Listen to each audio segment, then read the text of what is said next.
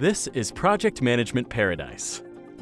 Hello, everyone, and welcome to the Project Management Paradise podcast, your passport to project success.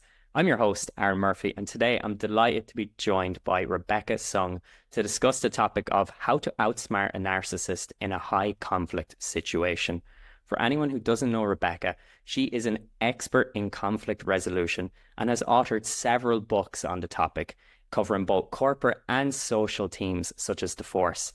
Her latest book is a USA Today bestseller entitled Slay the Bully: How to Negotiate with a Narcissist and Win. Rebecca, thank you so much for coming on the podcast. How are you today? I'm great. Thank you for having me. No, thank you so much for coming on. I'm really looking forward to deep diving into this topic. It's something a lot of people probably have a lot of questions about. Yeah, usually they do. It's always like a topic that hits very close to home for people. Perfect. So to kick off the podcast, maybe you could tell us about yourself and your background and how you became an expert in conflict resolution. Yes. Well, I spent many years as a high net worth divorce attorney, and I really started studying it because I wanted to win in the courtroom, and I started researching it to become a better advocate for my clients. And then when I merged my practice with a couple of other guys a few years ago, I ended up in a relationship with a person who turned out to be a covert narcissist in a business setting. And I really didn't know that, first of all, it was a woman. And so it was in a business partnership. And I didn't know that women could be narcissists. And I didn't know that women, there was such a thing as a covert narcissist, which is what this person turned out to be. I mean, I thought that it was really only men and sort of misogynistic, sort of blowhard, kind of loudmouth. I mean, that was to me what a narcissist was. I mean, I really didn't know. But I really started learning so much more about it in the last few years, really because the term started being used so much more in the last several years too. And once I really started learning much more about it and started applying it to my cases, it really was an eye-opener to me because I started to really realize how different a true narcissist is compared to other people in the population, and how dealing with them in a different way was helping my clients and helping me see actual resolution in my cases. And it was like I had discovered penicillin. That's incredible. And can you define a narcissist for anyone who's not sure how to define it? Yeah, that's such a great question, because it's not just a person who wants to just look at themselves in a mirror all day long, or a person who says great things about themselves. It's in fact, it's quite the opposite of a person who thinks highly of themselves. It's actually the person who feels the most pain, the most shame, who thinks actually the least of themselves. And it's like they have a black hole within themselves. And so they have to get all of their feeling of value from external sources all the time. And so that's why the people around them end up feeling completely and utterly depleted. And yet that person is almost like they're still starving. It's like they're constantly trying to feed this deep black hole inside of them. It's almost like as if you have a toothache and all you can think of is your own pain and your own shame, your own feeling of need. And that's why they don't have empathy for anyone else. Because if you just have your own pain, all you can think about is your own pain all the time. But it's like this constant feeling of survival. It's constant survival all the time. It's this most scarcity mindset that you can get into. And it is a spectrum. I mean, we all have some aspects of it at times, and sometimes worse than others. Like if you're feeling sick or you're feeling low or you're feeling, in that feeling of impatience or whatever. But it's narcissistic personality disorder is an actual disorder. So it's like that would be the end of the spectrum. And you mentioned that there's many different types. Is there ways of actually distinguishing them from just like your everyday interactions by any chance? Yes, of course. So this is a person who starts off a relationship with what they call love bombing or conditioning or idealization. And so they come on very charming, very personable, very immediately kind of overwhelming, taking you over.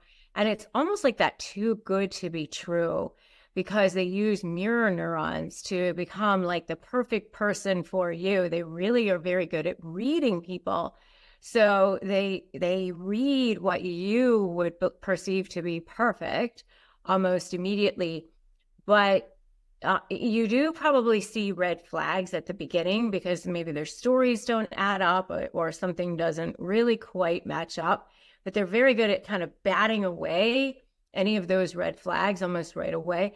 And then, but they want to get to level 2 right away, like where they kind of lock you in, lock you down, whether it's in a professional setting or personal setting. You know, it's sign the contracts or move in with you or get you into that place where you almost are sort of in bed with them, so to speak, or moved in with them, or in a partnership or whatever it is, so that now they can kind of breathe. Now they can kind of relax a little bit. And when you get to that next level, that's when you start to see their true colors coming out. And that's when they start to devalue you. Now you'll start to see them, the wheels start to come off a bit. Now they'll start to know you're not getting the 100 phone calls a day or the 5,000 texts. And now you're not going to see how, oh my gosh, you're so amazing all the time. It immediately, the wheels start to come off. That just kind of reminded me of Gothman's theory, where he believed people were wearing a mask on stage. So they're portraying this character for everyone to love. And then behind the scenes, that's when the real mask comes off and that real person kind of shines. So they're nearly like building this dependency. They want you to be dependent on them. And then that's where they just take you in. And then that's when their true selves come out. I imagine from your career as a divorce lawyer, you've probably encountered many, many different types of narcissisms over the years, or narcissist apologies over the years. And I'd say negotiating with them is a very, very difficult task. So in your opinion, what are the keys to negotiating with a narcissist? Yeah. So you have to understand, you're dealing with a person, the way that a narcissist was formed is during trauma. So they were formed in childhood as a result of trauma. And what happened to them during childhood was that they were exposed to a fair amount of trauma. And because of that, their limbic systems were, it was what we call arrested development. So when we as humans are in situations that cause us stress, we go into fight or flight, right? So we're like, oh my gosh, what do we do? What do we do? Fight or flight, right? Mm-hmm. When that happens, our bodies emit hormones, which are adrenaline and cortisol. So that's normal, right? That cortisol, we all are familiar with that. Well, when the same thing happens as children. And so when children are in situations where they're either in abusive situations, neglectful situations, just stressful situations in general, it could be overindulgence even, but they feel like they're in a hot and cold situation on a regular basis, then they are in feeling survival, okay? Then that cortisol builds up in the limbic system, that emotional center of their brain. And it causes that emotional center of their brain to actually experience arrested development. So they literally become stuck at whatever age they were when this happened. So let's say it's 5 or whatever it is. Well, while the prefrontal cortex, the neocortex, the thinking judgment part of their brain continues to develop, there's a lag in development between the emotional center and the thinking judgment center. So then as they grow up and things happen where they become triggered, which can be verbal or nonverbal, but it's not reasonable and it's not detectable to others generally, it's going to be things like they think they're going to be exposed. They think that there's going to be a loss of control. They think that they're going to be slighted in some way or whatever it is. It could be an eye roll. It could be a tone of voice. It could be anything. But then they get triggered. And when this happens, now the limbic system of their brain is activated and takes over, and the cortex part of their brain is shut down. So any reasonableness, any, judgment part of their brain is no longer in control. The limbic system part of their brain is in control. And there's a part of their brain where they're literally switching from black to white, right? They literally go from one to the other, where you're either for them or against them. And so you're either my friend or my enemy. You're either I hate you or I love you, right? And so if you're not for me, then you're against me. And if you're against me, then you're my public enemy number one. And when that happens, now I got to take you down.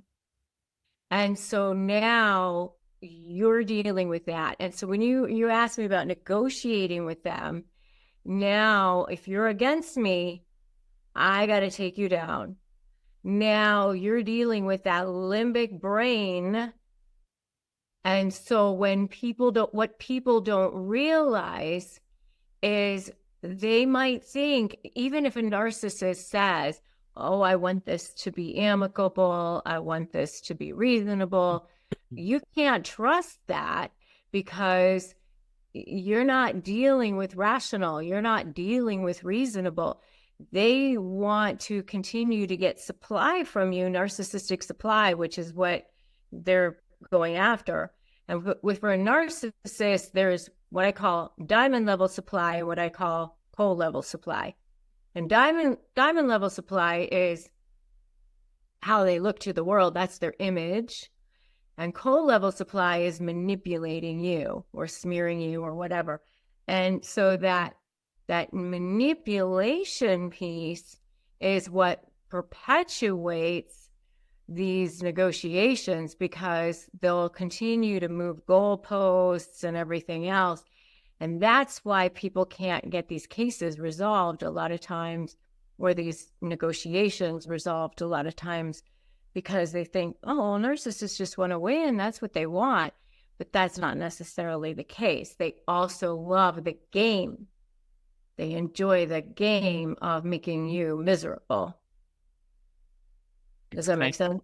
Yeah, absolutely. It kind of sounds like a defense mechanism used to deal with like the trauma that they've experienced. And I can only imagine like how difficult it is and how they probably don't respond to logic very well in these type of situations. They're not responding to logic. I have seen them say, I'll burn my business to the ground so I don't have to pay somebody or whatever. I mean, like they will do that sort of thing because they're not dealing with logic. I mean, to them it's logical, but I mean, it doesn't make any sense. I mean, they'll self-sabotage in order to not have to do certain things. I mean, it doesn't make any sense, but I mean, so you have to understand how to create leverage. And so what I teach people how to do is what I call ethically manipulating the manipulator. And what that means is a lot of times you have to create leverage such that you are threatening a source of supply that's more important for them to protect than the supply that they're getting from manipulating sometimes. Or sometimes, you can use something that I call fluff or favor, vomit later, where you or fluffing up their ego in order to get something that you want in return for something that they want, which is adulation. That's rather frightening to think about, dealing in situations like that. And you did that for a career, especially in these high conflict situations. I can only imagine what that was like, especially the aftermath of all of it. I'd say it was something that probably lingers on for a while. Well, I mean, you want to make sure that you don't. I mean, the whole point of this is to be able to walk free and stand in your authentic power. I don't know if you're familiar with the movie Wizard of Oz. Are you familiar with that movie? Yeah, absolutely. Classic. Okay. So, at the beginning of the movie or somewhere about the Glinda the Good Witch is standing there and the Wicked Witch comes to her and she says, "Oh, go away, you have no power here." And she just says it like, the Wicked Witch is like a gnat flying around, like, please, you have no power here. And like, that is really what we all strive for, is to have that kind of authentic power where you're just standing there and you just know exactly who you are. And the narcissist is like nothing. And when you can, that's the why in my SLAY methodology. So S is strategy, L is leverage, A is anticipate, and Y is you standing in your power, you having a mindset of 100% knowing you can win, knowing your authentic power. And once you know that, it's like you're like an oak tree, right? You know who you are, and then you become a narcissist repellent, because they don't come around people who don't have that vulnerability. They can sniff out people who have the vulnerability. They're like sharks with blood in the water. If you respect yourself, you have that self-worth. They move on. They go down the road to find other sources of supply. Amazing. And just to pivot to the work environment. So unfortunately, I'd imagine a lot of people have encountered a narcissist in the workplace, and it's probably in every industry. But in fact, managers now report that they're spending up to 42% of their day dealing with high conflict employees. Wow, that's a staggering figure, isn't it? Yeah, it is. And would you say that a lot of like narcissists will be nearly like bullies in the workplace because they're tantrums? 100%. And I mean, it's costing industry, in the US, $359 billion last year, dealing with high conflict employees. So, I mean, I think it's an epidemic. I mean, narcissistic personality disorder has increased in the number of cases being diagnosed. From the 1970s, it's up over 30%. So from the 1970s to the 2010s. So, I mean, it's an epidemic at this point, I think. That's crazy. So, yeah.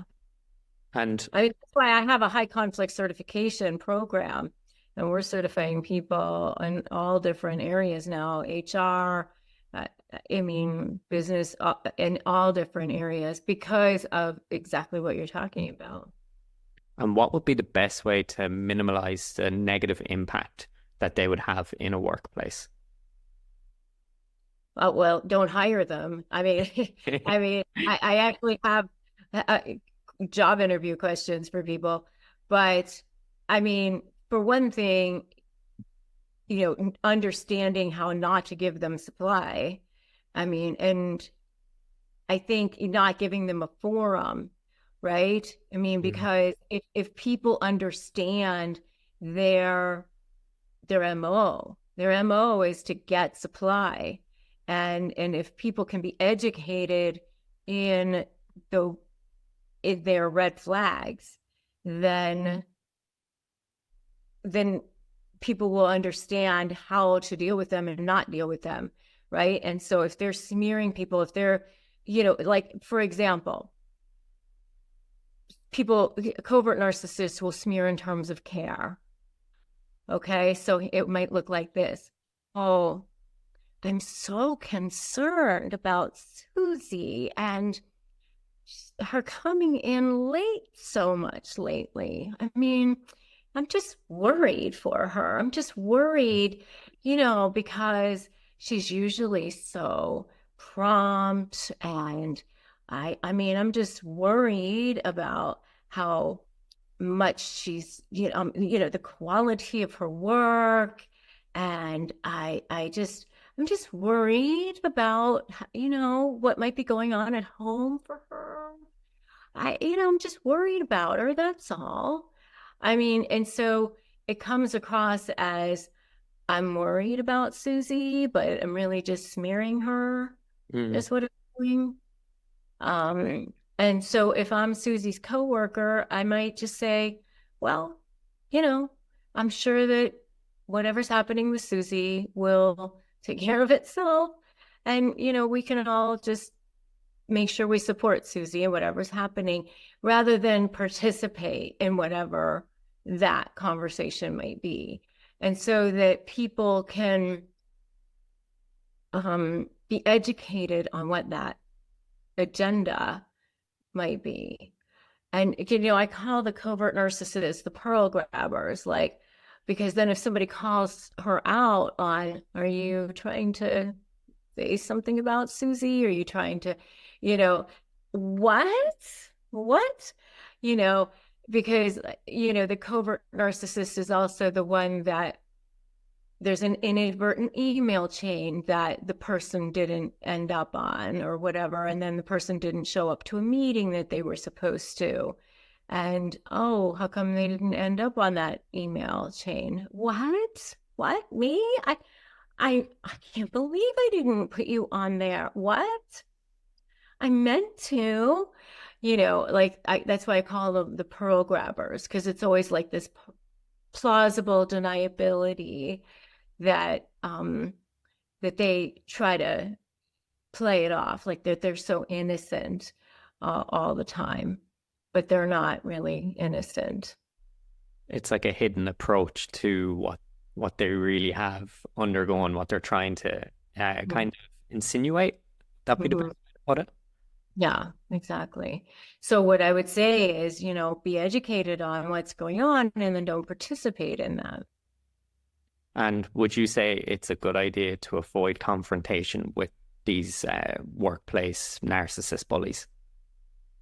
Well, avoid confrontation other than also call them out on it in some ways, I mean, if this particular person is trying to take credit for your work, I mean, I would definitely say we both participated in this particular job, and I'm not going to stand for you taking credit for my work. I mean, being okay with standing up for yourself as well. It's having the courage, isn't it, really, to put yourself out there, to confront them. Like, it's nearly frightening, the thoughts of doing it, but it'll be so rewarding afterwards. Yeah. Well, they're more afraid of you than you are of them. Don't forget. It's perfect advice to have. And in relation to advice, this is a reoccurring question we ask on the podcast, but what has been the most important piece of advice you've received, and how has it helped you in your career? One of the most important pieces of advice is that people will think what you tell them to think. And I will tell you this is when I had been practicing law for about 8 years. And then I went and I was a stockbroker at Morgan Stanley for about 2 or 3 years. And then I went and I had an opportunity to take over a friend's small family law practice. And that's how I started my practice. And I had a business coach at the time, and I was saying to her, oh, I really feel like the people of Naples, Florida are going to think that I'm such a flake. Everybody's going to think, oh, she was a lawyer and financial and now back to being a lawyer. And my business coach said, people will think what you tell them to think. She said, you can tell them to think that you're a flake, or you can tell them to think that you are the only divorce attorney in town that has a financial background. So therefore, you are more qualified than any other family law attorney in town. Which story would you like to tell? And I was like, oh, well, maybe I'll tell that story. And so I decided that was how I was going to carry myself, and that was how I was going to present myself, market myself, be myself, and stand up for myself and enter the room and everything about myself. And that was what I did. And within 2 years, I had the top family law practice in one of the most affluent cities in the country. And I represented billionaires and celebrities and all sorts of people that very clearly would not have hired a flake. But had I really apologized for myself and blah, whatever, and been like weak, that's how people would have seen me. And, it's such a good lesson for myself on, people will think what you tell them to think in every aspect of life. I love it. I love it. Rebecca, thank you so much for coming on the podcast. Really enjoyed this conversation. I'm pretty sure our listeners will take away a lot of good information from this, especially which red flags to look out for in the workplace and potential encounters with narcissists, and especially in high conflict situations. The final question I have for you today is, if anyone was interested in following you online to see more about your books or what talks are coming up, which is the best place to reach you? Yes, well, I have a free Crush My Negotiation and Prep Playbook for everybody, which they can get at winmynegotiation.com. And so they can definitely grab that.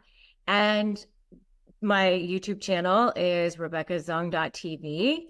And my Instagram is at Rebecca Zung. Those are definitely the best ways to check me out for sure. And then obviously my website, but I would say start with all of those things. That's fantastic. Rebecca, thank you so much for being on the podcast today. Thank you. Thank you for having me. Thanks for listening to the Project Management Paradise podcast at projectmanagementparadise.com. Links mentioned during the episode, including speaker profile details and other resources, are available in the podcast description and on projectmanagementparadise.com, where you can also download or stream all our episodes to date.